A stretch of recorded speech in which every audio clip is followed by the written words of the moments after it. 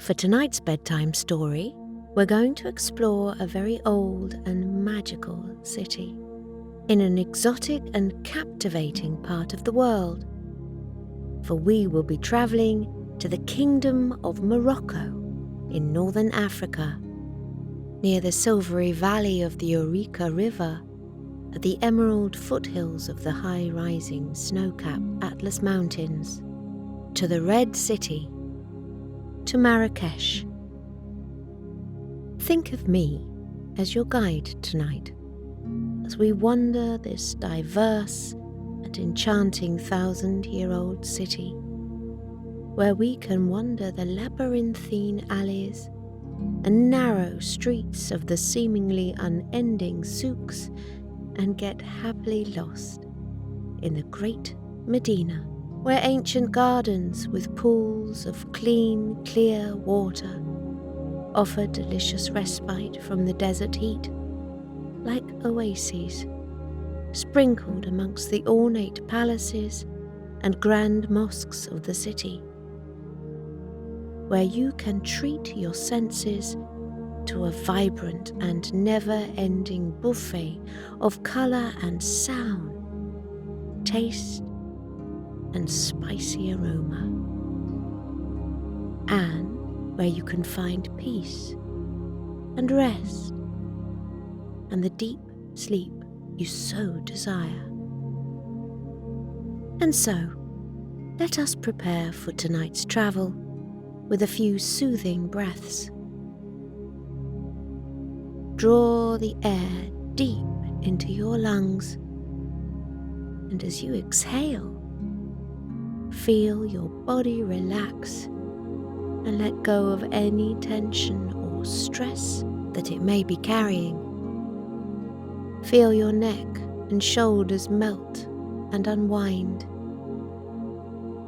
and your arms and legs go light and limp as you sink further into your resting place. And so, let us begin. In this moment, the present moment, the air is full with the sonorous call to prayer, the adhan, as it echoes from the tall minarets of the mosques spread throughout this ancient of cities. For over 13 centuries, this beautiful and melodious recitation, which first began as a vision in a dream, has called the faithful to enter the prayer space and to turn one's body, mind, and spirit towards the highest of ideals. 5 times a day, it calls. 5 times a day, the faithful answer.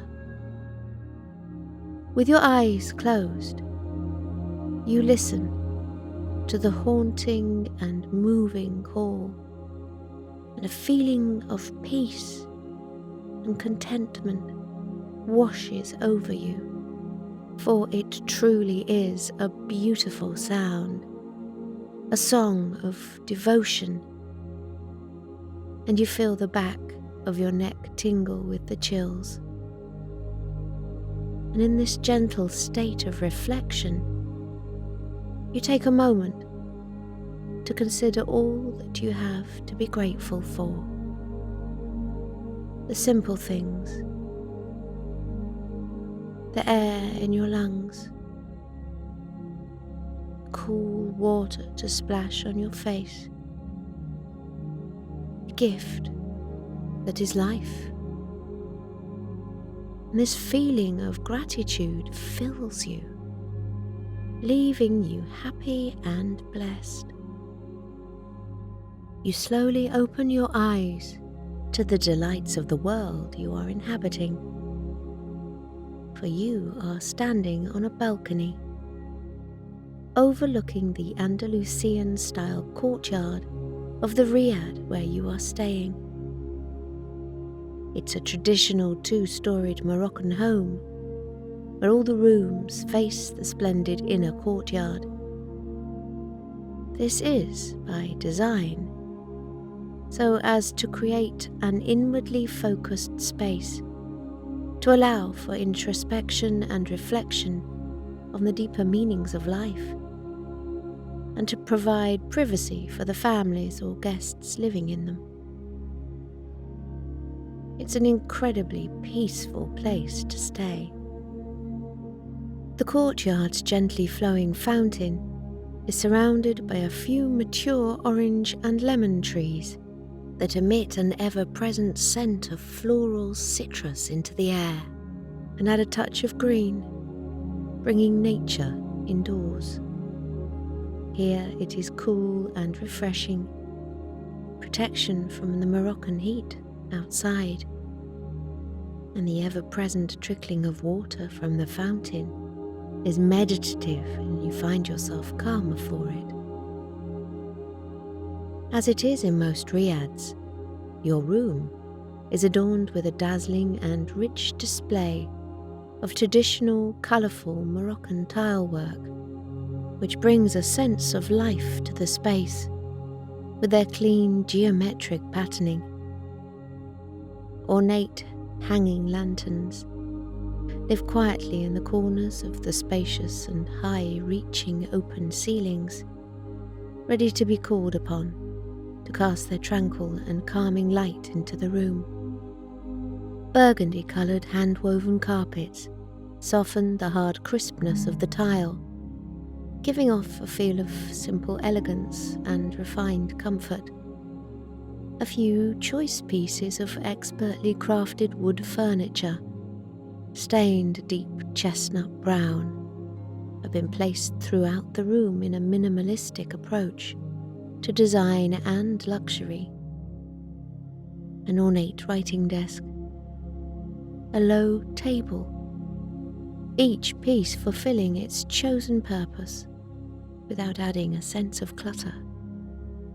Large cream-coloured silk drapes frame the open balcony, and as you stand there, taking it all in, you lift your eyes to the blue of the sky.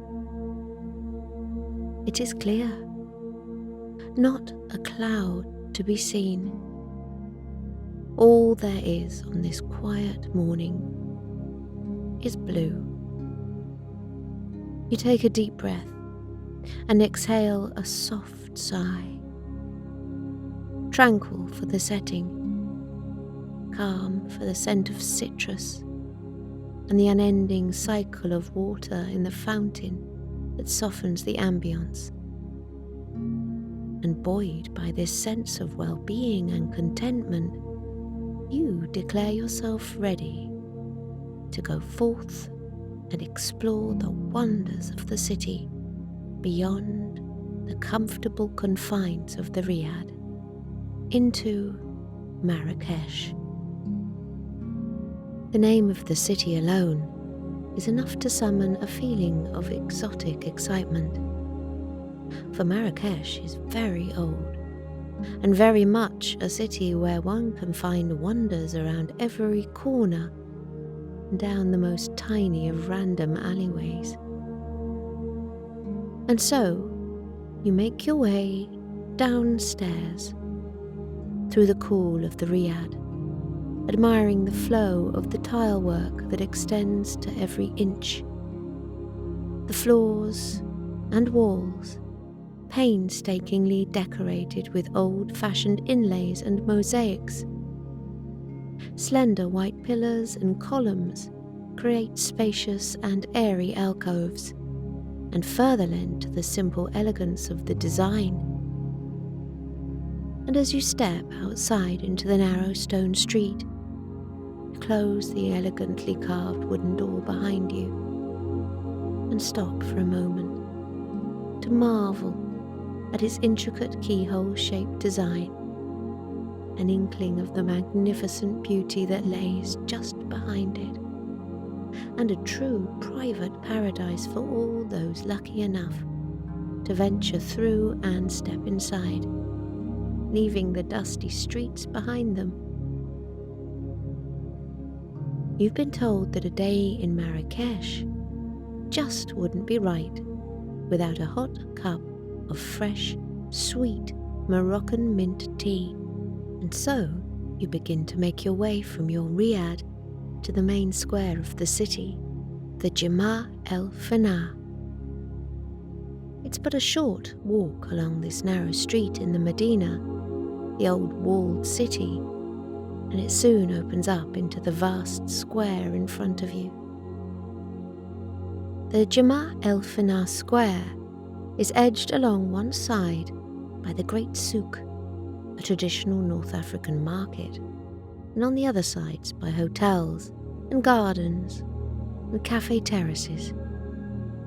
You take another calming breath and prepare to make your way over to the cafe side for your sweet mint tea. At this hour of the morning, the square is starting to come alive.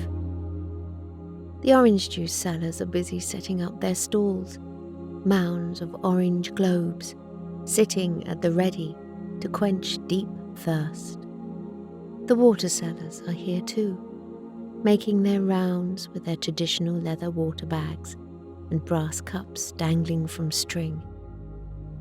As you bob and weave past morning shoppers, dressed in long, flowing kaftans, you scamper past a group of seafood soup vendors standing in front of massive bowls of little shells, spooning them slowly to circulate the flavours in the French style. You spot a young man with a Barbary ape perched on his shoulder. It's happily munching on a fat, fresh medjool date, absorbed in the flavour. And just there, a snake charmer sitting on his carpet, his little Cheshire hat sitting atop his head, his snakes safely coiled in a basket, ready to inspire awe in the onlookers who will soon seek him out. The square is always an ever-present cornucopia of delight and wonder, and one can never really know what they might encounter here. The day follows a very loose schedule, more akin to the movement of the ocean tides than a set observance to calculated time. For as the day progresses, the snake charmers and the orange juice sellers will depart, and the square will become more crowded.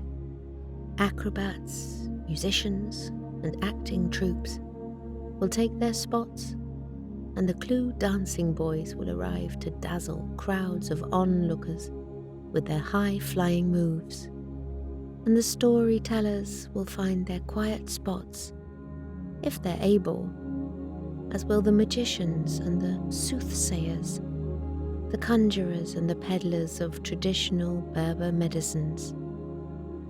And every evening hundreds of people gather to eat, socialise, and soak up the wondrous atmosphere. Having made your way over to the cafe side of the square, after nimbly dodging men pulling two-wheeled carts piled high with their wares, you climb the steps of the Café de France, one of the oldest and most famous cafes in Marrakesh, and head up to the rooftop terrace to watch over the happenings down below and to enjoy the amazing views of the city skyline and beyond. As you settle into your seat by the railing, you note the minaret of the tall Koutoubia Mosque, the largest in Marrakesh, with its green ceramic band and varying geometric arch motifs that decorate the facade, topped by a slender spire and metal orbs. A few tall, sky-reaching palms pop out from the sea of pinkish-hued rooftops. The clear desert air allows you to see for great distances, all the way to the rugged contours of the Atlas mountain range off to the north. The view is mesmerizing, and you allow yourself to get lost in it. The waiter arrives and pours you a cup of hot mint tea from a gleaming silver teapot. The aroma is powerful and refreshing. You sweeten your tea with 2 gleaming white sugar cubes, stirring them slowly with a little metal spoon, and ease back into your wicker chair to watch the scenes below while it gently cools. There is all manner of life in the square, going hither and thither, but an interesting scene off to one side catches your eye and holds your attention. You see an older woman sitting on a stool, her face partially obscured by her headscarf, painting the hands of a young girl with brown henna paint. You can't quite make out the designs, so you let your imagination fill in the blanks. And there, in your mind's eye, you see the intricate and beautiful floral designs come alive and adorn her wrists and fingers. Designs meant to bring good fortune to the bearer. As you sip your sweet tea, you allow the rest of the sights to simply roll out in front of you, and for the sounds to envelop you. Just taking them all in, letting them wash over you, whispering, "Witness us, hear us, for we are Marrakesh," and so you do.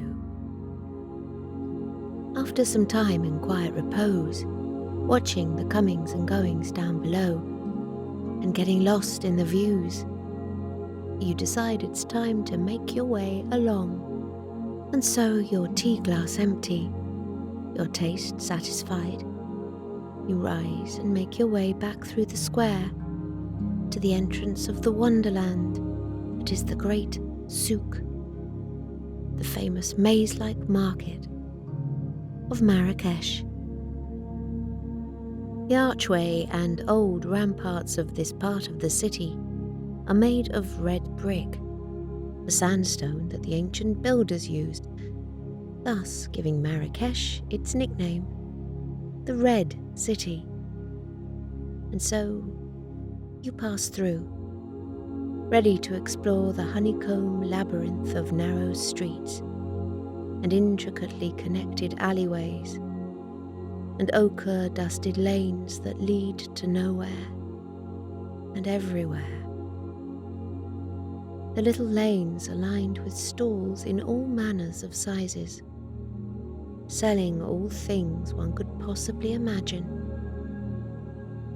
You pass a tiny kiosk, no bigger than a closet, with rows of neatly stacked, hard-bound leather books.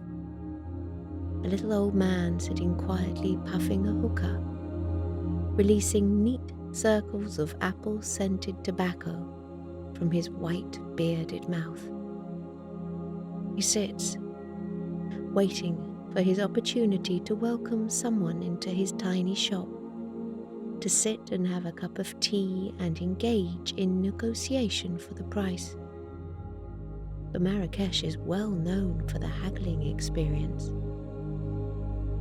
You glimpse through the doorway of an abandoned-looking storefront and are surprised by what you see, for the shabby exterior transforms once inside into a glittering cave of wonder, a literal sea of gleaming silverware and mirrors that catch the flashes of light, making the entire place a dance of sparkles.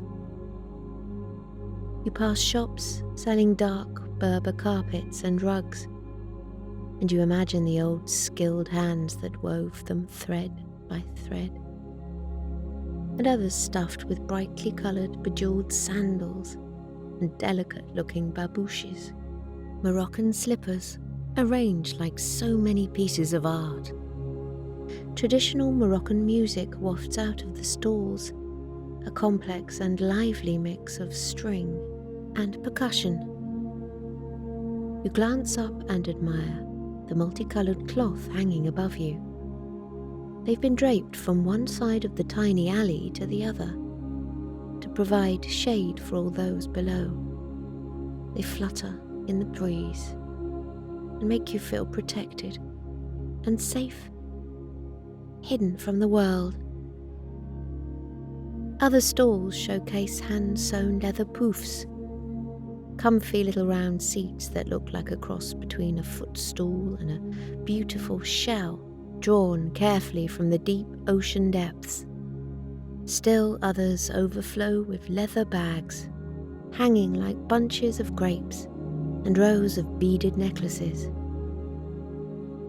Occasionally you spot sophisticated stores with high-end jewellery, full of glittering gems and fine white gold chains.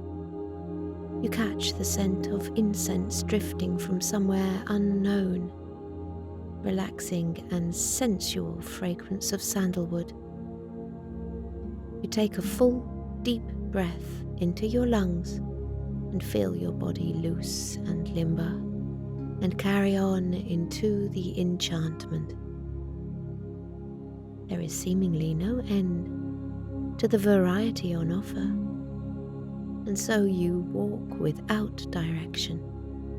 Your only purpose, your only desire, to simply see all there is to see, to smell, taste, and touch, to be present.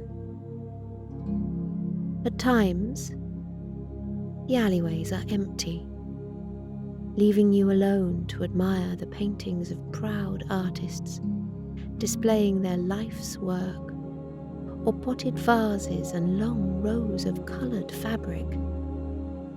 Other times you find yourself flowing along in a sea of people, mothers in hijab picking up their ingredients for the day's cooking, a man leading his donkey, young boys running errands, laughing. And you see others, like yourself, there for the experience, absorbing, taking it all in.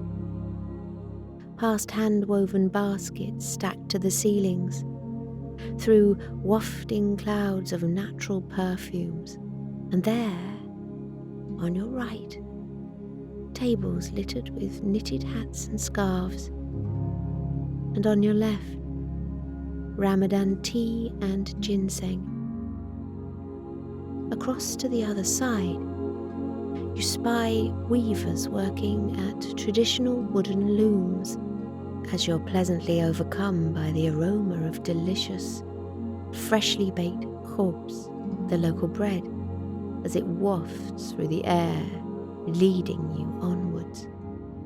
It's all mixed together in a harmonious blend for the senses, smells and sights bleeding one into the other, one after the next. This is the souk. Your turn down one alley takes you into an internal courtyard where you find workshops on every side. Men bent over their work, absorbed in their process, some with wood, others with metal, expertly engraving the brass with skilled hands. The sounds fill the air.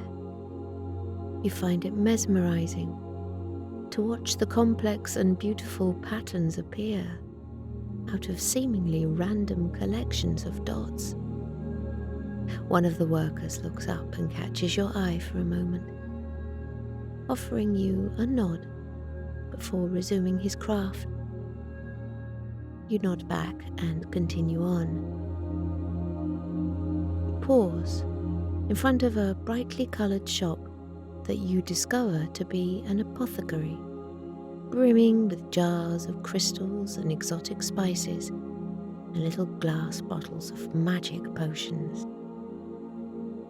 At one point, you find yourself in an area full of shops specialising in food items and you feel a twinge of hunger. Everywhere you look, there is something for the palate, either cooked or ready to be. Sacks of grain and couscous, lemons and chilies, jars of capers and pickles, green, red, and black olives floating in their brine, and mint, and other stalls heaped with dried fruit and nuts, dates, walnuts, cashews and apricots. You pass stalls serving aromatic tagine, a delicious traditional stew steamed in a conical earthenware dish, and pans of bubbling bean soup and rows of skewered kebabs. And then there are the orange desserts. Orange custard with sweet and creamy caramel, and slices of ripe fruit dusted with cinnamon. You purchase a small bag of Desert King figs, syrupy and sweet, and you eat them slowly one by one as you continue your way along, submitting to the flow and movement of the souk has allowed you to wander at will, without a care in the world, and you're pleasantly surprised at where it's taken you. You now find yourself close to where you started, just there, behind the Jamal-e Fina Square, in front of the green and luscious Kutubia Gardens. It's the perfect spot to find some cool shade and take a break from the stimulation of the souk. And as you enter the garden, through the main gate, you notice the large fountain, surrounded by tall, elegant palms. A wide path guides your eye further, towards the minaret of the mosque, as it stands proudly against the blue of the sky. You saunter along, feeling the cool of the breeze. Closing your eyes, you let it sweep over you, refreshing, relaxing. Finding yourself in the center of the park, you notice a large white dome and move closer to have a look. An elderly Moroccan man in a long flowing white kaftan is there as well, and he bows his head slightly as you approach. Assalamu alaikum, he says, peace be upon you. You bow in response and offer him a blessing of peace of your own. Allow me to explain the legend of this tomb, he says, noting you are a visitor to his city. It is the tomb of Lala Zora, a beloved daughter of a liberated slave. As the legend goes, Lala would walk the city as a woman during the day, but at night she would transform into a dove to escape the confines of the city and to fly free into the night sky. She would perform miracles and came to know all the secrets of Marrakesh.